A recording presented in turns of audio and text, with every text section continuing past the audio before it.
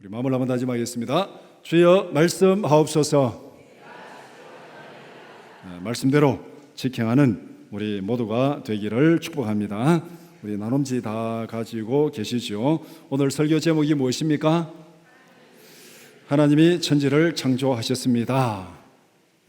가장 쉽고 평범한 설교 제목인 것 같습니다. 그런데 가장 중요한 설교 제목입니다. 질문 1번 시작. 우리가 사용하는 물건들 중에서 저절로 생겨난 것이 있습니까? 있습니까? 없습니까? 없다. 저절로 생겨난 것은 아무것도 없습니다. 조그마한 물건이라도 우리가 쓰는 도구들 중에 누군가가 다 만들었습니다. 질문 2번 시작. 외부의 도움이 전혀 없다면 인간은 얼마 동안 생존할 수 있다고 생각하십니까? 공기도 없고 물도 없고 빛도 없고 음식도 없으면은 여러분 얼마 동안 살 수 있습니까? 3분? 5분? 하여간 5분 넘기기가 힘들 겁니다. 질문 3번 시작. 인간은 생존에 필요한 환경을 스스로 만들 수 있다고 생각하십니까? 외부의 도움이 전혀 없으면 5분도 못 사는데 그러면 내가 좀 살아갈 만들어야 될 거 아니냐? 준비하셔야죠. 지금 비상 뭔가를 준비해 가지고 우리가 살아갈 수 있는 환경을 스스로 만들 수 있습니까? 없습니까? 없다. 그러면은 우리는 외부의 도움이 없으면은 5분도 못 살아요. 저도 그렇고 여러분도 그렇고. 이렇게 따지보면은 인간이 얼마나 나약한 존재입니까? 우리가 가만히 보면 막 내가 대단한 존재처럼 생각하잖아요. 막 세상을 막 뒤집을 것처럼 그렇게 생각하죠. 보통 20대, 30대 되면은 내가 앞으로 막 세상을 한번 뒤집어 보겠다. 이런 비전과 열정을 가지고 살아갑니다. 굉장한 능력이 있는 것처럼 우리가 그렇게 살아가는데 가만히 따지고 보면은 우리가 할 수 있는 게 아무것도 없어요. 보장되는 게 아무것도 없어요. 며칠 전에 신문에 보니까 서울의 어떤 건물을 이렇게 헐면서 그게 무너져 가지고 한 사람이 죽었다 그러던데 그 내용을 보니까 결혼을 앞둔 신부가 반지를 찾기 위해서 거기에 들어갔다가 깔려 가지고 죽었다고 그런 신문 기사를 보았습니다. 자, 여러분 어떻게 생각하세요? 그것이 그냥 그 사람에게만 나타나는 일일까요? 우리와는 전혀 관계없는 일입니까? 아무도 몰라요. 그거는 내게 그런 일이 닥칠지 아무도 몰라요. 우리는 거기에 대한 안전장치가 아무것도 없습니다. 우리에게 그런 사고가 닥치면 어쩔 수 없어요. 누구는 그냥 배 타고 가다가 바다에 빠져 죽고 싶어서 빠져 죽었습니까? 그런 일 없어요. 아무도 그렇게 되리라고 생각하지 못했습니다. 우리 스스로가 우리의 안전을 위해서 만들 수 있는 게 아무것도 없다는 사실입니다. 정말 인간이 나약한 존재입니다. 이것을 확실히 인정하십니까? 이걸 인정한다면은 우리가 그냥 살면 안 돼요. 지금 우리가 누구인데 붙어야 되는가 바로 알아야 됩니다. 나는 정말 나약한 존재고 하루도 5분도 제대로 혼자 살아갈 수 없다면은 내가 누구에게 붙어야 되는가? 그 붙을 대상을 우리가 바로 알아야 됩니다. 누구에게 붙어 살아야 되는지. 강한 자에게 붙어야 되잖아요. 약한 자에게 붙으면 안 됩니다. 강한 자에게 딱 붙어가지고 아베가 트럼프인데 착 달라붙어가지고 하듯이 아부하면 안 되고 마음 진심으로 하는 걸 충성이라 합니다. 마음은 없는데 겉으로 하는 걸 아부라 그러고 마음과 뜻을 다해서 하는 것을 충성이라 그럽니다. 자, 우리는 이 세상 살아가면서 누구에게 충성해야 될지 그 대상을 우리가 분명히 정하고 살아가야 됩니다. 오늘 창세기 1장 1절에서 31절을 읽었습니다. 창세기 1장은 천지 만물의 시작에 대해서 말씀하고 있습니다. 그리고 인간이 어떻게 창조되었는지도 말씀합니다. 뿐만 아니라 인간이 살아갈 목표와 사명을 분명히 말씀하고 있습니다. 창세기 1장은 내용이 굉장히 많습니다. 이걸 상세하게 설명하려고 그러면 어떤 주석가는 이 창세기 1장 가지고 주석 한 권을 다 썼습니다. 그러니까 이 굉장히 긴 내용인데 그거 여기서 다 해봐야 돌아서면 다 잊어버리는데 다 할 필요도 없고 오늘 중요한 것 두 가지 주제로 오늘 이 창세기 1장을 함께 살펴보고자 합니다. 첫 번째 하나님의 창조, 두 번째 인간을 특별한 존재로 창조하심. 첫 번째는 하나님의 창조입니다. 질문 11번 시작. 창세기 1장 1절의 주어는 누구입니까? 주어 그러니까 그다음부터 머리에 쥐가 나기 시작합니까? 문법 시간입니다. 문법 시간. 창세기 1장 1절 하나님이 천지를 창조하시니라. 이게 주어가 누구입니까? 하나님이 주어지요. 하나님이 창조하시니라 동사하고 무엇을? 천지를. 이게 창세기 1장 1절에 간단한 문장 구조입니다. 하나님이 창조하셨다. 무엇을? 천지를. 하나님이 주어고 창조하신 것이 동사고, 그 다음에 천지가 목적어입니다. 하나님이 천지를 창조하신 주인입니다. 만물은 목적어입니다. 목적어가 뭡니까? 목적어는 주어가 행동한 결과로 나타난 것이 목적어입니다. 내가 누구를 때렸다. 그러면 내가 때린 것은 내 행위고, 그러면 누구는 뭡니까? 맞아야 되는 거죠. 내가 때리면 누구는 맞았습니다. 목적어는 주어가 행한 행동의 결과로 나타나는 거죠. 하나님이 천지를 창조했습니다. 목적어는 만물은 하나님의 창조의 결과로, 행위의 결과로 나타난 것입니다. 그럼 여기서 인간은 어디에 속합니까? 하나님 주어에 속합니까? 만물이 목적에 속합니까? 목적에 속하는 거죠. 인간은 목적어예요. 이거 분명히 알아야 됩니다. 인간이 주어가 아닙니다. 인간은 만물의 목적어에 속해 있습니다. 창세기 1장 1절의 문장 구조는 세상의 구조를 분명히 보여주고 있습니다. 하나님이 천지 만물을 창조하신 주인입니다. 하나님 이외에 그 어떤 것도 천지 만물의 주인이 될 수 없습니다. 인간도 주인이 될 수 없고, 자연도 주인이 될 수 없고, 바위도 나무도 하늘의 별도 그 어떤 것도 창조의 주인이 될 수 없습니다. 그런데 사람들이 많은 경우에 인간이 주인이다 하고 세운 사상을 뭐라 그러냐면 인본주의 철학이라 그럽니다. 자연이 주인이다 하고 세운 사상의 체계를 자연주의 사상이라 그렇게 얘기합니다. 그런데 인간도 자연도 이 만물의 주인이 될 수 없습니다. 목적어가 주어의 자리에 올라가면 안 됩니다. 이 모든 종류의 우상 숭배, 이것은 목적어를 주인의 자리에 올려놓는 게 우상 숭배입니다. 그것이 뭐 갓바위가 됐든 팔공산이 됐든 무슨 바위가 됐든 간에 그건 다 우주 만물이에요. 하나님이 창조하신 우주 만물이에요.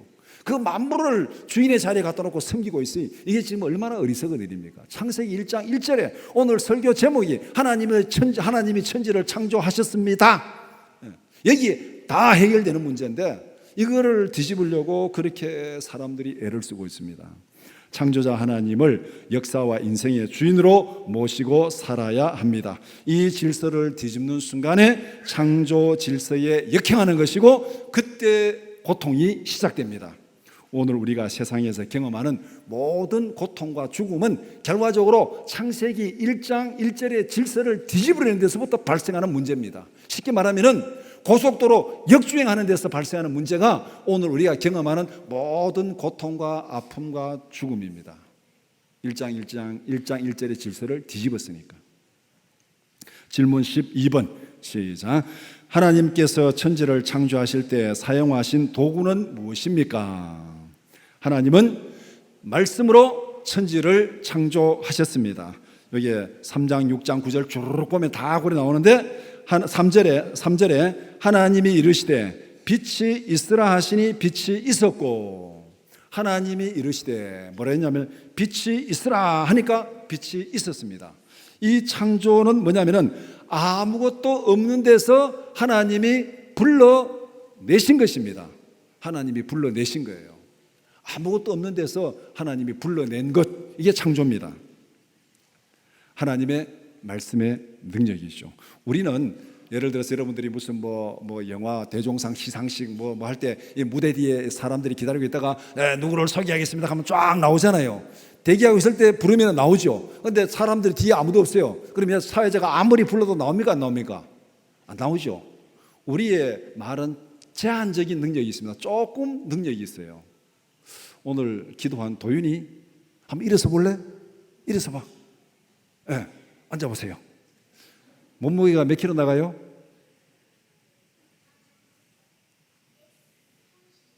136kg?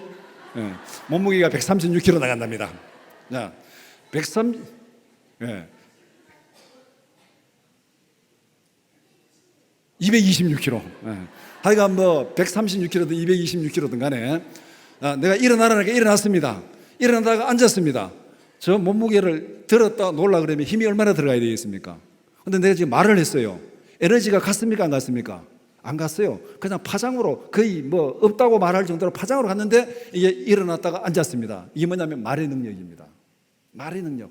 에너지가 안 갔는데도 무게가 들었다 나왔습니다. 이게 말의 능력인데 우리는 이런 제한적인 말의 능력이 있습니다. 그런데 하나님의 말씀의 능력은 없는 것을 불러내는 이 능력이, 이게 창조의 능력이에요. 빛이 없었습니다. 빛이 없었는데 빛이 있으라 하니까 빛이 생겨나왔습니다.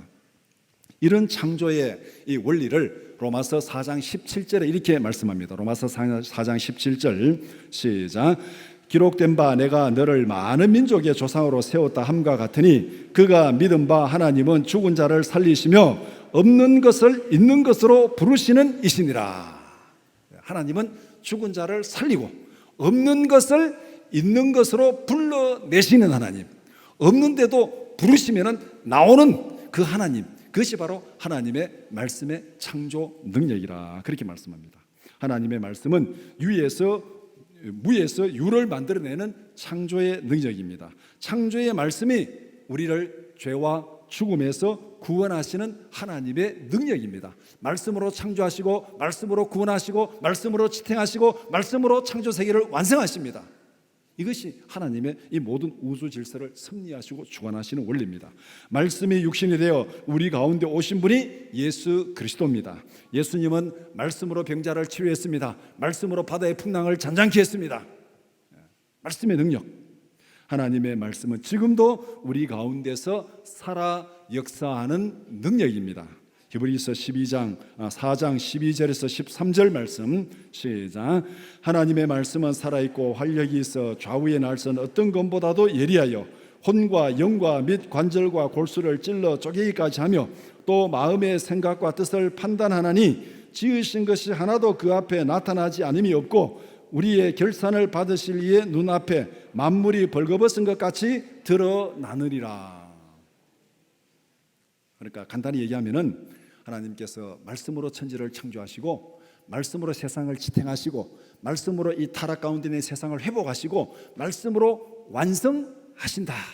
모든 것을 창조하시고 주관하시고 통치하시고 섭리하시고 구원하시는 도구가 하나님의 말씀이다. 그렇게 말합니다. 질문 13번 시작. 하나님은 창조의 결과에 대해서 어떻게 평가하셨습니까? 1장 31절 말씀. 하나님이 지으신 그 모든 것을 보시기에 어땠다고요? 심히 좋았더라. 그냥 좋았더라도 아니고 심히 좋았더라. 하나님은 우주 만물을 선하게 창조하셨습니다. 우주 만물을 선하게 창조하셨습니다.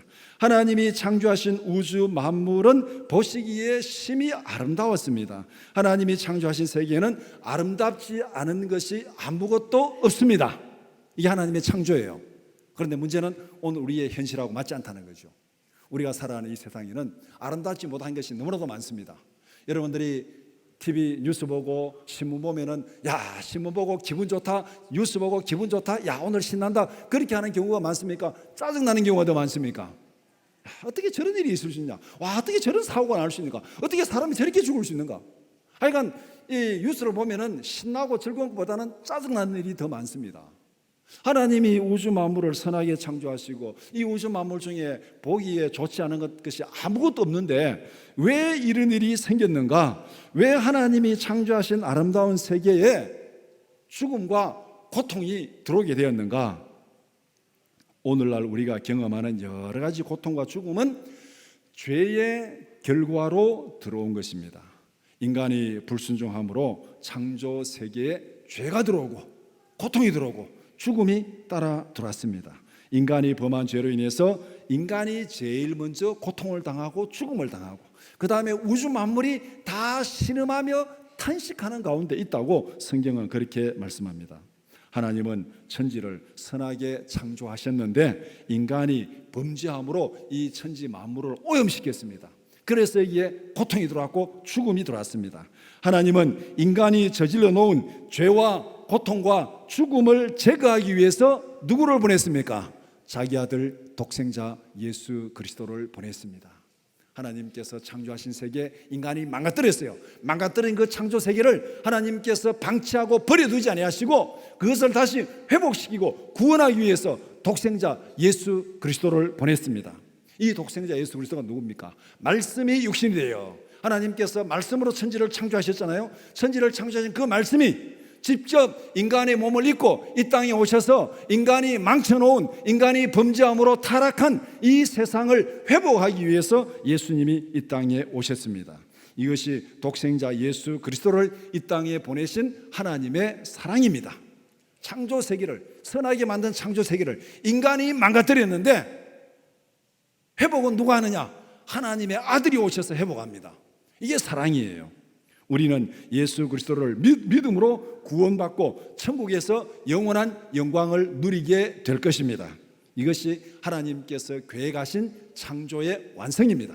창세기 1장에서 창조하시고 타락해가지고 죄와 고통이 있지만은 요한계시록 21장에 가면은 하나님께서 이 모든 것을 다 새롭게 만듭니다. 새하늘과 새 땅, 거기에서 우리는 예수 그리스도와 영원히 영광을 누리게 될 줄 믿습니다. 이것 전체가 하나님의 창조 계획입니다. 두 번째, 인간을 특별한 존재로 창조하셨습니다. 질문 21번 시작. 하나님의 형상대로 인간을 창조하신 목적은 무엇이라고 생각하십니까? 하나님이 인간을 특별한 존재로 창조했는데 하나님의 형상대로 만들었다는 것은 하나님과 소통이 가능한 존재로 만들었다는 것입니다. 이 우주 만물 중에서 하나님의 형상대로 만든 것은 아무것도 없어요. 하나님이 천지를 창조했다. 그 천지의 목적 안에 인간이 들어가 있는데 그 인간의 창조는 다른 모든 피조물들과 다르게 하나님의 형상대로 만들어졌어요. 인간 이외에 그 어떤 것도 하나님의 형상대로 만들어진 것은 없습니다. 인간만 하나님의 형상대로 만들어졌습니다. 여기서 인간이 하나님의 형상대로 만들어졌다는 것은 인간이 하나님과 소통할 수 있는, 인격적으로 대화할 수 있는 존재로 만들어졌다는 거예요. 그래서 창세기 1장, 2장, 3장에 보면은 에덴 동산에서 아담과 하나님이 서로 대화하면서 그렇게 이 우주 만물을 다스리고 창조하는 그 모습을 보게 됩니다. 이것이 바로 형상대로 만들어졌다는 거예요. 그러면은 왜 하나님은 인간을 하나님과 소통이 가능한 존재로 만들었습니까? 오늘 이 26장 후반부에 보면은 하나님이 창조하신 모든 것을 하나님을 대신해서 다스리게 하기 위해서 소통이 가능한 존재로 만들었습니다. 누군가에게 일을 맡기려면 의사소통이 돼야 됩니까? 의사소통이 되지 않아야 됩니까? 여러분이 사업을 하는데 예를 들어서 어디 다른 도시에다가 큰 지점을 하나 만들었습니다. 큰 지점을 만들고 거기에 이제 매니저를 하나 이제 두어가지고 그 지점을 관리하게 하려고 그러면은 그 사람이 내하고 마음이 잘 통하고 말이 잘 통해야 됩니까? 도무지 말이 통하지 않는 사람을 거기에 매니저로 둬야 됩니까? 어떻게 하시겠어요? 말이 통해야 되죠. 사업을 안 해보셔도 지점을 안 만들어도 그건 알죠. 지점장으로 맡기려고 그러면은 나하고 의사소통이 잘 돼야 돼요. 그래야 그 사람이 내가 원하는 대로 경영을 잘 할 거 아닙니까? 하나님께서 우리를 형상대로 만들고 의사소통이 가능한 존재로 만든 이유가 바로 여기에 있습니다. 우주 만물을 창조하시고 이 창조를 하나님을 대신해서 다스릴 수 있는 그런 직책을 인간에게 맡기기 위해서 하나님께서 인간을 하나님의 형상대로 만들었습니다. 하나님은 특별한 사명을 맡기기 위해서 아주 특별한 존재로 인간을 창조했습니다. 하나님께서 인간을 창조하신 첫 번째 특징은 소통이 가능한 존재로 만들었다. 그렇기 때문에 인간에게 있어서 가장 중요한 사명은 하나님과 소통하는 것입니다. 하나님과 소통하는 것. 인간을 만들고 사명을 주신 목적이 소통하는 거죠. 소통이 안 되면 다 안 되는 거예요. 하나님과 소통이 단절되면은 인간은 창조의 목적을 수행할 수가 없습니다. 그러면은 인간 존재의 목적이 사라지는 거예요. 그러니까 우리에게 제일 중요한 것은 하나님과 소통입니다. 소통이 안 되면은 인간 존재 자체가 의미가 없어지는 거예요. 그렇게 만들었기 때문에. 그래서 예배와 말씀과 기도를 통해서 하나님과 지속적으로 소통해야 되는 이유가 바로 여기에 있습니다. 휴대폰을 우리가 거의 다 가지고 있는데 휴대폰을 가지고 통화권 안에서 휴대폰을 늘 켜놔야 되잖아요. 켜놔야 문자 오는 것도 받고 누가 연락 오면 받죠. 그런데 휴대폰을 끊어버렸습니다. 한 하루 동안 끊어버리면은 나중에 사람들에게 원성을 많이 듣잖아요. 너는 왜 전화기를 안 켜놓고 그래 연락이 안 되게 하느냐 하고 그렇게 얘기하잖아요. 휴대폰이 잘 이게 소통하고 켜놓기 위해서는 중간중간 충전도 시켜야 되는 거죠. 우리도 똑같아요. 하나님과 늘 소통이 가능한 상태에서 켜져 있어야 됩니다. 이것이 바로 영성이 깨어 있어야 된다. 깨어 있어야 된다. 열처녀에 비유해서 깨어 준비하라. 우리가 켜져 있어야 돼요. 그리고 하나님과 소통을 잘 하려고 그러면은 이 휴대폰 소통하려고 그러면은 하루에 한 번씩 충전시켜야 되잖아요. 하루에 2번 충전시키도 있지만은 우리도 영적인 충전이 필요합니다. 영적인 충전이 필요한 거예요. 그러니까 예배와 말씀과 기도를 통해서 소통하고 충전하고 그렇게 해야 우리가 하나님과 지속적인 소통이 되는 거예요. 휴대폰은 매일매일 충전시키면서 왜 우리는 영적으로 이틀이고 3일이고 일주일이고 하나님 앞에 충전시키지 않습니까? 우리가 말씀을 묵상하고 기도하고 예배하고 이거는 영적인 소통이고 영적인 충전입니다. 충전이 돼야 돼요. 날마다 하나님과 소통하고 하나님의 뜻을 따라 살아가는 여러분들이 되기를 축복합니다. 질문 22번 시작. 인간을 남자와 여자로 창조하신 의미는 무엇이라고 생각합니까? 간단히 얘기하면은 인간은 혼자 살아갈 수 있는 존재로 만들어지지 않았습니다. 인간은 공동체 안에서 살아가도록 만들어졌습니다. 인간이 하는 모든 일은 공동체 사역입니다. 공동체 사역. 혼자 살 수 있는 일이 없어요. 사실은 다 누군가가 옆에서 도와주고 했기 때문에 하는 거예요. 우리나라 반도체 막 해가지고 막 돈 많이 벌었다 막 그렇게 해가지고 막 반도체 최강국이라 그러는데 우리 지금 신문 보면 딱 있잖아요. 우리가 반도체 강국인데 일본에서 뭐 이게 딱 수출 하나 안 한다니까 지금 막 난리가 났잖아요. 지금 이게 인간은 혼자 되는 게 아니에요. 다 연결되어 있습니다. 우리가 하는 일도 다 연결되어 있습니다. 백지장도 맞들면 어떻다고요? 낫다. 인간은 다 함께 할 수 있도록 되어 있습니다. 인간은 가정이라는 공동체에서 태어나고 가정이라는 공동체 안에서 성장합니다. 교회라는 예배 공동체를 통해서 지속적으로 하나님과 교제하고 소통합니다. 국가라는 공동체 안에서 직업을 통해서 하나님께서 맡겨주신 그 소명을 실천하는 것이 인간이 살아가는 삶의 모습입니다. 그래서 인간이 살아가는데 반드시 필요한 공동체가 3개 있습니다. 가정이 필요하고 교회가 필요하고 국가가 필요한 거예요. 이 셋 중에 하나라도 무너지면은 인간이 정상적으로 작동할 수 없습니다. 하나라도 무너지면 안 돼요.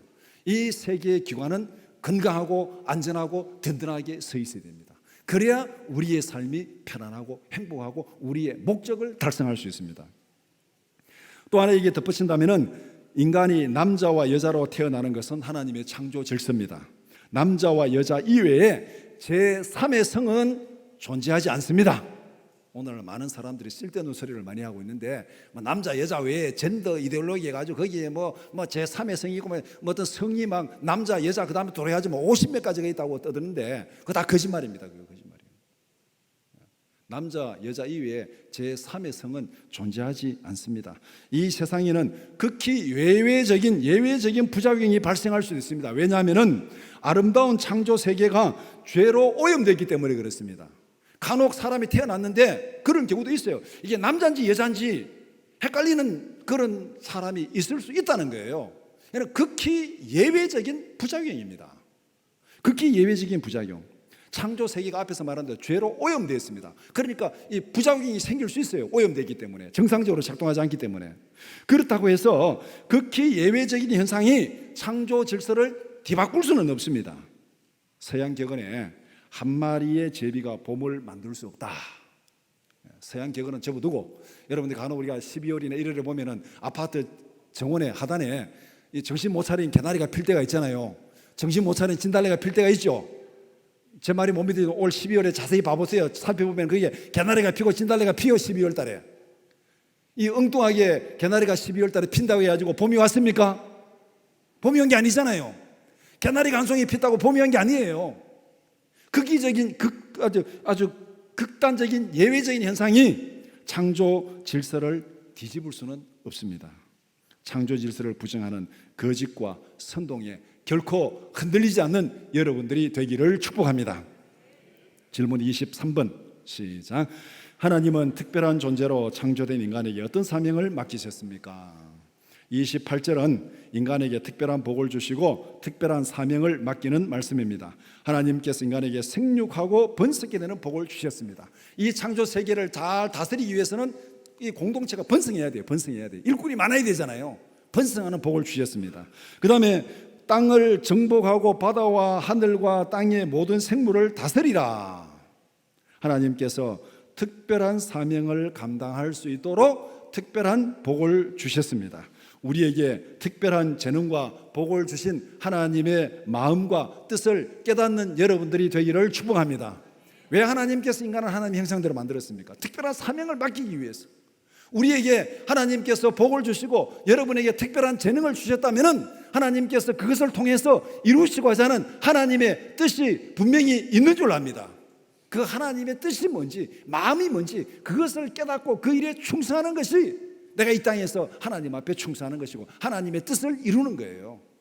그렇게 살아갈 때 우리가 하나님 앞에 온전한 삶을 사는 것입니다. 28절에서 오해하는 부분이 있습니다. 땅을 정복하고 모든 생물을 다스리라 그렇게 얘기하니까 인간은 모든 생물에 막 폭군적으로 군림하고 착취하고 죽이고 잡아먹고 마음대로 해야 된다 이렇게 생각하는 사람들이 있어요. 그래서 기독교 이 성경이 창세기 1장 28절이 환경 파괴의 주범이다. 환경론을 말하는 사람들, 환경을 얘기한 사람들이 이 창세기 1장 28절이 환경 파괴의 주범이라고 그렇게 말하는 사람들이 있으면서 기독교는 해체해야 된다 이렇게 주장하는 사람들이 있어요. 환경주의자들 중에서. 그런데 그것은 이 창세기 28장을 그렇게 얘기하는 것은 인간의 생각이 타락했기 때문에 하나님의 그 다스림의 개념을 잘못 오해한 겁니다. 28절의 정복과 다스림을 2장 15절에서 좀 더 구체적으로 설명하고 있습니다. 창세기 2장 15절 말씀 같이 보겠습니다. 시작. 여호와 하나님이 그 사람을 이끌어 에덴 동산에 두어 그것을 경작하며 지키게 하시고. 인간의 사명은 하나님의 창조 세계를 지키게 하는 것, 보존하는 것, 그 다음에 경작하는 것. 다스림의 사명이 바로 이거예요. 경작의 사명이고 보존의 사명입니다. 우리는 이 자연 질서를 아름답게 보존해야 되고 여기에 경작의 사명을 하는 거예요. 경작의 사명이 뭡니까? 경작은 여러분들이 꽃을 키워보고 화초를 키워보고 농사를 지어봤잖아요. 씨앗이 있는데 그 씨앗을 심어가지고 잘 가꾸면 열매가 많이 맺히잖아요. 그 씨앗에는 생명이 있고 잠재력이 있다는 겁니다. 그 잠재력이 충분히 발휘되도록 만들어주는 것이 경작입니다. 우리가 이 땅에서 하나님께 받은 사명이 뭐냐면 죽이고 착취하고 빼앗고 탈취하고 그 다스림이 아니고 하나님께서 창조 세계에 묻어둔 그 잠재력이 충분히 발휘되도록 경작하는 것, 그것이 우리의 사명입니다. 착취가 아니에요. 폭군이 아니에요. 죽이는 게 아니에요. 막 파괴하는 게 아니에요. 경작이에요. 경작. 보존하고 경작하는 것이 하나님께서 우리에게 주신 사명입니다. 우리에게 주어진 사명을 삶의 모든 영역에서 경작의 사명을 잘 감당하는 여러분들이 되기를 축복합니다. 우리의 직업이나 아니면 우리의 교육이나 경제활동이나 자녀들을 교육시키는 것이나 모든 것은 경작의 사명이에요. 하나님이 심어주신 잠재력을 잘 발휘하도록 만들어주는 것, 이것이 우리의 사명입니다. 말씀을 정리해 봅시다. 창세기 1장 1절이 말씀하는 질서를 뒤집지 말라. 하나님이 창조의 주어입니다. 하나님이 역사와 인생의 주인입니다. 하나님 이외에 어떤 것도 주인이 될 수 없습니다. 모든 것은 다 피조물이고 목적어입니다. 목적어가 주어 행세를 하라는 것은 창조 질서에 역행하는 것입니다. 목적어가 주어 행세를 하는 모든 시도가 우리 주위에서 벌어지는 모든 우상 숭배의 모습입니다. 하나님의 창조 질서를 부정하는 것이고 피조물이 창조 세계에 불순종하고 반역하는 것입니다. 우상 숭배는 결과적으로 하나님을 부정하고 자기 존재 자체를 부정하고 지워버리는 거예요. 하나님의 창조 질서에 역행하는 것은 결국은 자기 존재 자체를 지워버리는 거예요. 존재 그 자체를 지워버리는 게 뭐냐면 다 쓸모없는, 목적에서 벗어나니까 쓸모없잖아요. 쓸모없는 것은 폐기 대상입니다. 여러분들 집에서 물건을 사서 쓰다 옷을 입다가 나중에 쓸모없게 됐습니다. 그건 뭡니까? 버려야 될 대상이잖아요. 버려야 되는 거죠. 하나님의 창조 질서에 역행하고 창조 질서를 부정하는 인간은 하나님이 보실 때는 다 쓸모없는 인간이고 폐기 대상입니다. 그 폐기 대상 어떻게 합니까? 나중에 다 모아다가 무지경에 집어 던져넣습니다. 영원한 불에 던져넣는 거, 그게 지옥이에요. 지옥은 쓰레기 소각장입니다. 하나님 앞에서 쓸모없는 창조 질서에 역행하고 부정하는 쓸모없는 인간들을 모아가지고 던져넣는 것이 지옥입니다. 우리의 사명은 하나님의 창조 세계를 보존하고 경작하는 것입니다. 창조의 질서 안에서 창조의 잠재력을 충분히 드러나게 하는 것입니다. 우리가 살아가는 삶의 모든 영역에서 하나님께서 계획하신 창조의 잠재력을 충분히 발휘하는 우리 모두가 되기를 축복합니다. 기도드리겠습니다.